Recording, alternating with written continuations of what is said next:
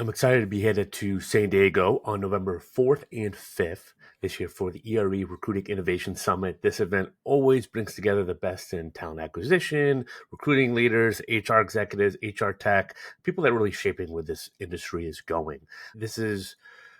It's more than just a pitch fest. I mean, this is where actual learning comes in. They've been around for 30 years. It's a great event at San Diego in November.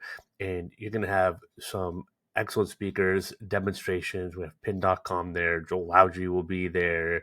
You'll have the team from ERE there, Jim Stroud. These are people that have been shaping the industry this decade and really where it's going in terms of AI and the blend with AI and recruiters and all that good stuff. I went in April this year and it was a transformative experience. We had a great time with Digital Recruiter booth and speaking and just people learning about automation and content and AI tools. It was just really cool event. So I'll be an official content partner representing Digital Recruiter. So we're going to be capturing videos, doing man on the street, interviewing the speakers, the sponsors, really getting a pulse on the action. So if you're in talent acquisition, if you're agency recruiter, this is the place to be on November 4th and 5th. Go meet your peers in person, learn from them. There's virtual tickets, there's in-person events. It's an awesome time. And so please enjoy our ERE podcast series so it gets you a glimpse of all the people that are going to be at ERE, and we'd love to see you there. Welcome back to another episode in the ERE Recruiting Innovation Summit series. I'm your host, Clark Wilcox, founder of Digital Recruiter. Today, I am joined by Larry Hernandez, the founder of Recruiter DNA.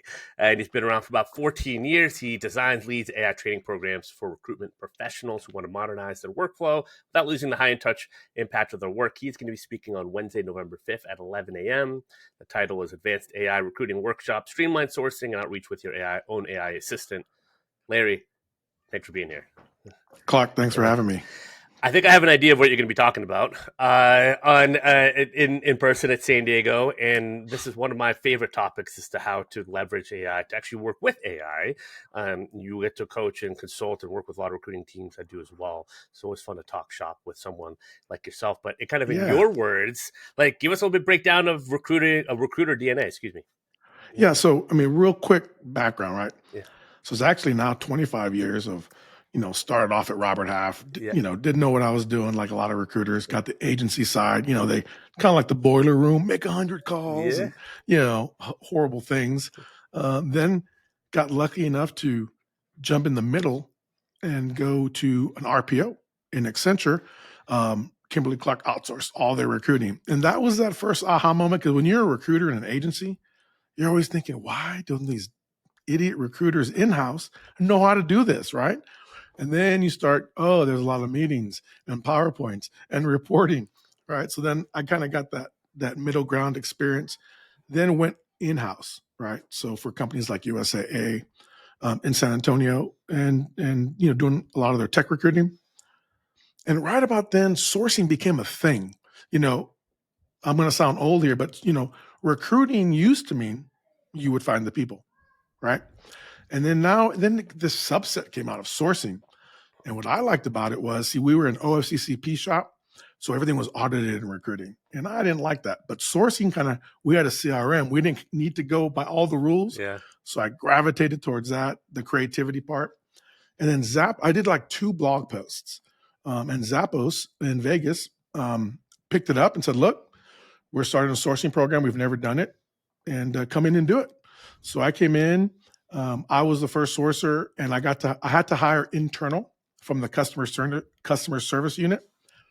So that was an amazing experience. It's kind of like an MBA in org design. Because while we were there, Tony Hsieh, which I got to work with, they did Holacracy. They did away with hierarchy and management. And I was on the pilot team. We were on the pilot team. So that was really, really cool. And little did I know that was going to come in handy now, because there was these change management pieces. It was an amazing idea, how to get management and people out of the way of growth. Companies need to grow organically. He knew that because Amazon was about to buy us, he knew that once we got big enough, we were going to lose that special sauce. And he read some book that when cities grow, they organically kind of move. But when companies grow, they become bureaucratic, right? Yeah. So the idea was good, but the people were in shock. And that's kind of what I feel is happening now. And then since then, I've done some entrepreneurial things. I've worked at Microsoft. I worked at Twitter, some other cool things. I got to be on one call with Elon before he fired us all. So that was kind of fun. But here's a story I tell, because right after, 3 years ago when I got let go at Twitter, I'm like, what am I going to do now? Like, how many other videos can I make about Boolean search strings, which I love? But it's like, I think, and I was kind of stuck. And then ChatGPT came out. I don't know about you, but the first time I saw it, I'm like, oh, is this going to be like NFT? Like, what is it? NFCs or NFTs? Like, I just don't get it. Yeah. I don't get it. But then I came back and I loaded a transcript of a book that I was going to write about sourcing for culture. And it made an outline. It made chapter 1, chapter 2. And that is that aha moment that now that I teach AI to recruiters and recruiter teams, it's fun. They resist. There's the ones who are like, no, they resist. And then all of a sudden, holy moly, most of them hopefully get that aha moment. And then you can't sleep for a couple of nights because you're like, oh man, what can this do? So I started teaching individuals, I still do at recruiterdna.com. I do a 3 1-hour workshop, 3 1-hour session workshops. And I have these interactive AI tools. And I try just to get people to take that wall down. I don't know, you and I don't know each other real well, but like I see something, I'm like, cool. I don't lament about the risk and the negativity. I'm just like, wow. And then these companies pay and their top people come in and I can just see them, arms crossed, I don't want to do this. I don't see, this. And so I address these things, which is going to be relevant in the ERE event, is one, let's demystify it, okay? Because I think some people are just scared. It's going to take my ideas. It's going to take all my stuff. I kind of demystify it. I show how ChatGPT and other Gen AI things, they just turn them into tokens. They turn your words into little zip codes, and then it looks for zip code patterns. Oh, so happy birthday to is a zip code. And it seems like humans always love this next number. Whenever it says happy birthday to, they love you. It's just putting together these patterns of numbers. So it doesn't really know what you're saying exactly. And things are changing a little bit. But once I show them how to tokenize things, they go, oh, okay, that's cool. And then we make the second aha moment as it's not Google. This is not a sourcing tool. This is not something you work at. You got to work with it. And they say, yeah. You're not getting it, right? And then they'll ask me, so how do I do this? I said, I don't know. Ask ChatGPT, right? Yeah. So getting them to name their ChatGPT is kind of a silly thing. But once they name it, I have an exercise where I have a custom GPT built into the lesson. And it says you have to work with AI Tom to get a resume ready to submit. And then when they click on it, it's like, hey, I tell them, think of ChatGPT as this valued peer who's new to the company. Yeah. Brilliant. But you can't just insult. You can't be short with. And by the way, they don't know what you're talking about. So you got to give them some context. And when they make that shift, when they realize that they have to explain a little bit, because if you're on Slack or Teams, you don't just say, source for Rec 392. You suck. No, you got to say, hi. I'm in the US. You're in the UK. Okay. I'm working on this for this team, for this org. You have this conversation and then they go, boom. That's the second little aha moment. And then that's kind of show them how to work with AI in the entire recruitment process, preparing for a new intake or a kickoff call, how to use that. Oh my gosh, transcripts, how to use the gold of transcripts, right? My wife's a recruiter. She's a high performer, but we are totally different, right? She's like, yeah, I don't have time for that. I take notes. I'm like, no, but if you use that transcript, I don't have time to mess with all that technology, right?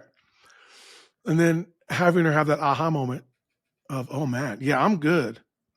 But 3 years ago, having that phone screen transcript, voicemail transcript, analyzing these transcripts across an org to do competitive analysis, think about I pick on Amazon, and I've never worked there.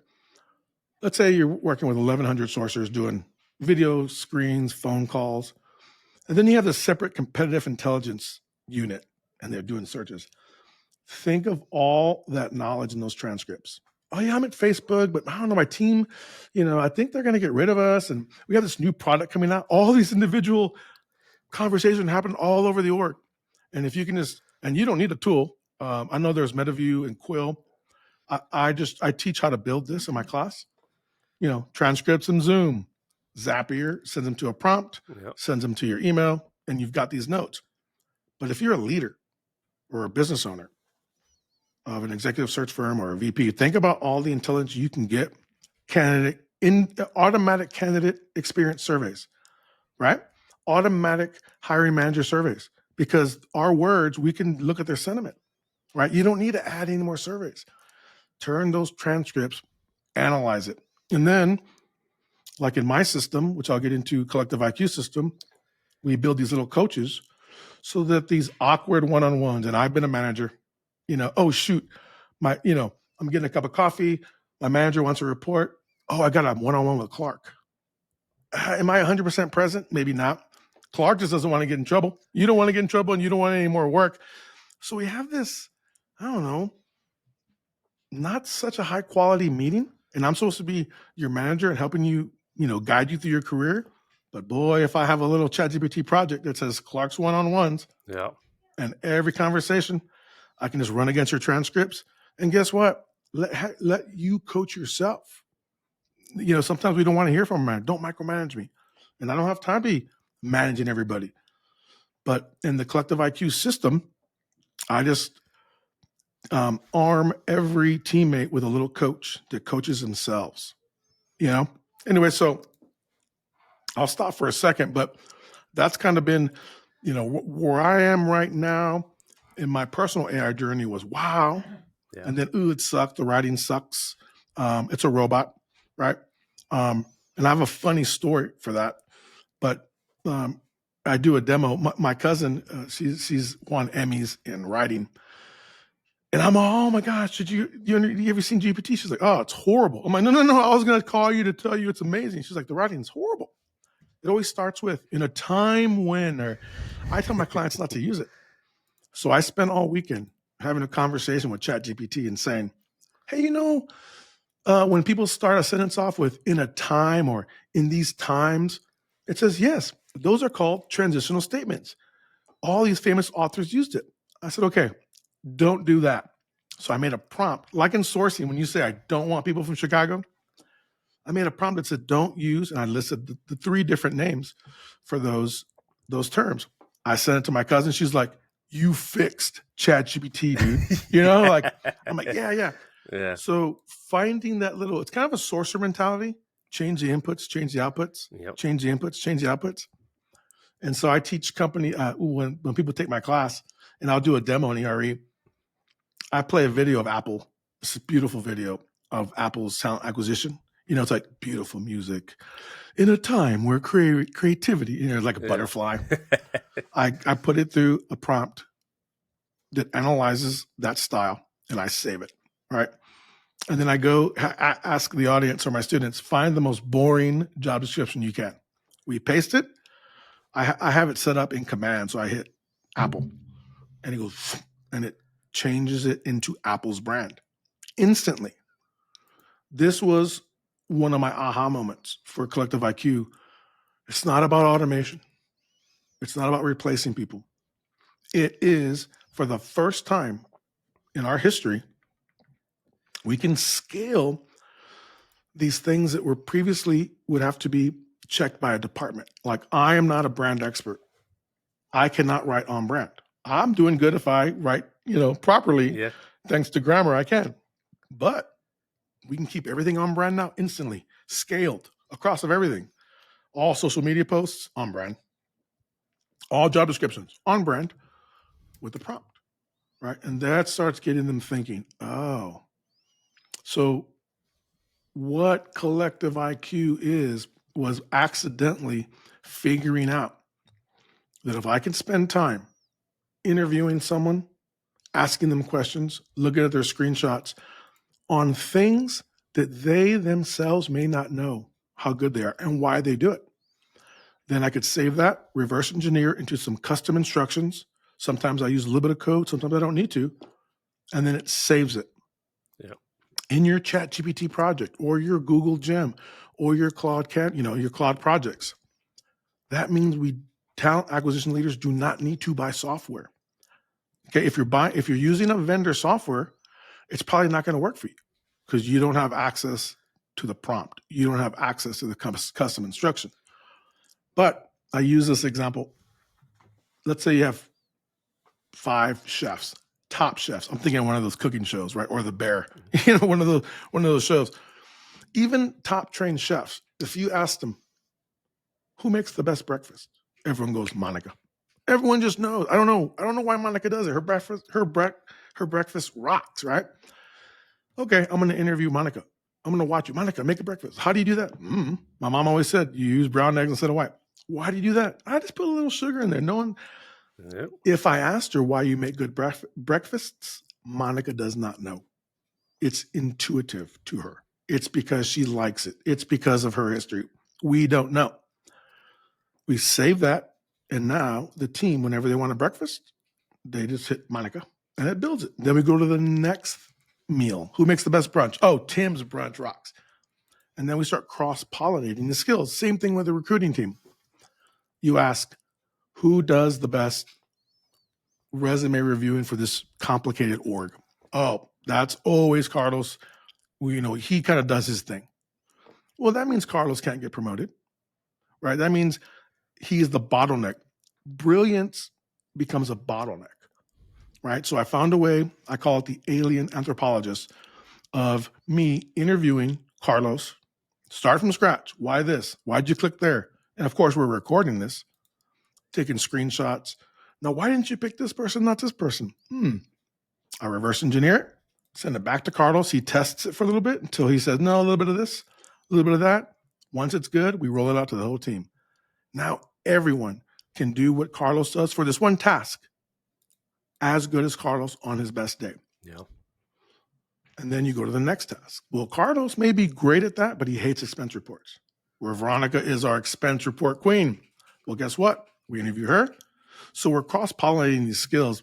We're going to let Carlos share his brilliance, and then we're going to give brilliance in these other things that maybe he's not good at. So for the first time, we have full knowledge transfer. And you don't need to buy a tool. It lives in your GPT, in your ChatGPT. And in my system, I have a video. And I don't just, we don't want dumb employees that press buttons.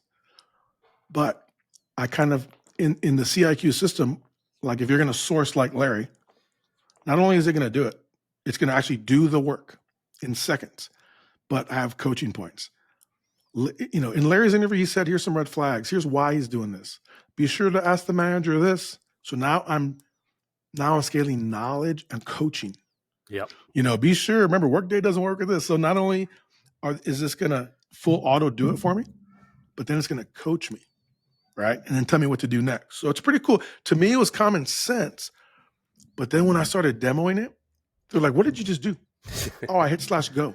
Well, my ChatGPT doesn't work for me. Oh, I programmed it. Well, how did you do that?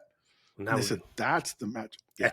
That's exactly it. Like it's cool. I mean, also having a coach and consultancy training, we do a lot with agency recruiters. It's the same thing internally. We built out Digital Recruiter Academy, chatbot. We did, content studio, LinkedIn profile builders. Like there's all these different things. But I love how you articulate it. Take the best at that task.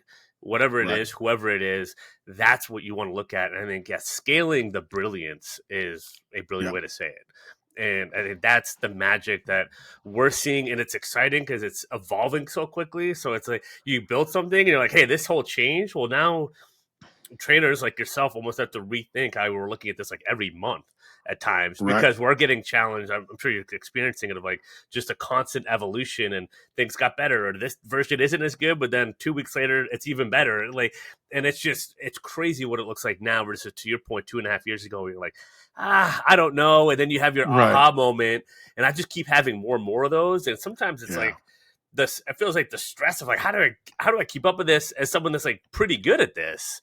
It can be kind of hard to keep up with. Like, what's your, as like the teacher, the instructor, like, how do you stay on top of this stuff? Yeah, and it is a full-time job. Yeah. I see this, for lack of a better word, I'm going to say flaw. I have it too. So Recruiter DNA is also community. So everyone's asking me a question. Is Claude 4.0 better than? And I'm like, oh, you're not asking the right questions. Yes. You're not asking the right questions. Let's just forget about AI for a second. Put it on the shelf. Look at your business. Look at where are the friction points? Why can't we do this? What's the problem? Then back into what's going to help me. If you follow the tech, most organizations don't have the money or the time to be on the leading edge. Let the world, let the startups, let people like me and you play with it and say, oh my gosh, Notebook LM and Google, do it now. Good. I'll wait for Larry to test out the 7 things, right? To do it. Don't, you're going to feel this anxiety. For some personalities, you'll feel anxiety. It's going too fast. But if you just stick with generative AI tools, you will be fine with ChatGPT. You'll be fine with Google Gemini. Don't worry about the video cloning. Don't worry about the audio cloning, unless you just want to play with it, right? Don't worry about N8N automations. I get asked, can you do automations? I'm like, I can. Let me show you one. And I'll show them a friggin' map of the world. Like, oh my gosh. They're like, are you ready for automation? I already know they're not, right? Because of the questions they're asking me. Yeah, like once you get everything just boom flowing, yeah, we can automate it. But we can't automate a mess, right? It's just gonna, yeah. So I say, forget about the tools. Maybe just, obviously join the community, Recruiter DNA community, or, follow you. But I just keep working with ChatGPT as my core. And I look at the features. As long as I know what those features do, then I'm okay. Oh, look, it connects to Docs now. Oh, it has Canvas. Oh, it's got projects. How do I use that? Now, between you and I, Manus is where it's at. Manus is ChatGPT's, where ChatGPT will be in 2 years or 3 years, right? But a lot of companies can't use it because it's Chinese hosted. But when I need to get something done, like for real, Manus is the deal. Manus will blow you away. Okay. It's like having a horse, ChatGPT, I'm like, okay, remember like operator or agent? Because I had 2 ATSs. I'm like, oh, I'm not doing this. So I set up a second Mac. I said, okay, ChatGPT operator, see this? I'm logging you in my old ATS. Yeah. I need you to log into the new ATS. I just need you to start moving things over. Okay. There it is, working for an hour. Hey, Larry, I couldn't log in. I'm like, oh, dude, you're killing me. What? It's trying. I tell Manus to do that. Manus is like, we've opened up a terminal. We've created a Python scraper. It's done. What else do you need? Like it builds tools, the software. It makes a plan, a PowerPoint, a website, and a video. While ChatGPT is like, so I will keep track of those things, the deep seeks and the perplexities. But really, to get stuff done, I'll stick with ChatGPT because that's where most of my clients are. Yeah. Google Gemini. ChatGPT went down for me for 3 days. So I had to switch to Gemini. And I have everything on Google Drives. So I made it, I say, @mention a drive name. I kind of said @mention and it popped up. It'll look through my email, my calendar. Real time, not like ChatGPT. Yeah. Like it tries to connect. No, this is real time. Okay, match all the resumes in this folder to this job, go. Boom, scorecard. I'm like, dude. So Gemini, if you're connected to I know a lot of big companies aren't. Yeah. And I've contracted at Microsoft. Copilot, it's just not there. And I understand why it's not there, because they're dealing with big enterprises, where security is more important than innovation. Yep. That's going to slow you down. So if you think Copilot, if you think your AI plan is Copilot, no, it's not going to work. They're getting there. Every week they're getting there, but they're so far behind. You look at Gemini, where you can just @mention your entire drive, @mention your calendar, @mention your email. That's workflow, right? So yeah, that's a long way of answering your question. That was a great answer, very in depth. Well, I'll pivot just because I want to be mindful of your time. Right. What are you most excited about going ERE in San Diego? Going in person to a conference. What gets you excited when you go to an event like ERE? Number one, I'm an extrovert. I love meeting. I go hoping to learn a few things myself. Even if someone asks the right question, I'm like, ooh, I'm going to follow up with you. That question just led me to 3 days in a rabbit hole in my basement, right?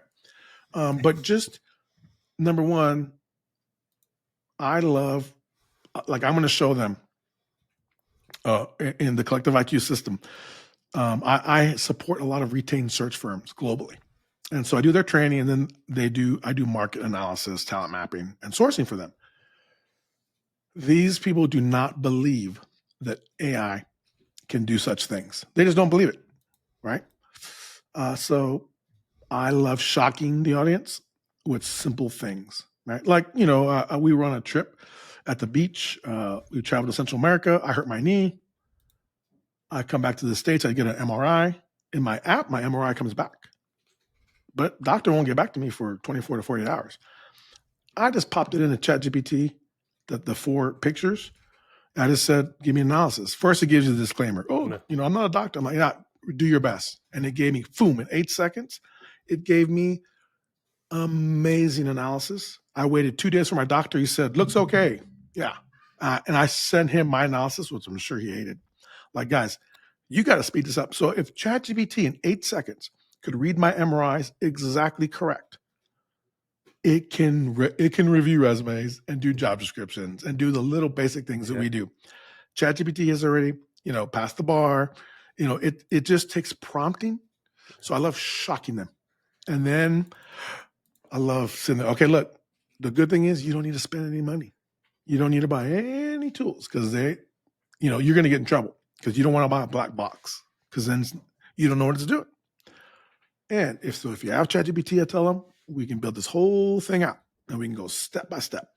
So that's kind of fun. It's going to be a great time. I can't wait for this. I love the energy, the passion, and just the way you think about this stuff for teaching people to think is necessary. It's an opportunity for people out there. Yep. So make sure if it's not already on your calendar, whether virtual or in person, Wednesday, November 5th, 11 a.m. PST, Advanced AI Recruiting Workshop by Larry Hernandez. It's going to be crazy. I can't wait for this now. You got me all jacked up for it.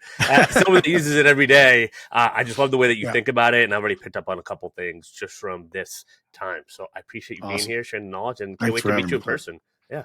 Thanks for having me, Clark. Appreciate you, Larry. All right. Make sure to follow, connect with Larry, all that good stuff. Until then, happy hunting, y'all.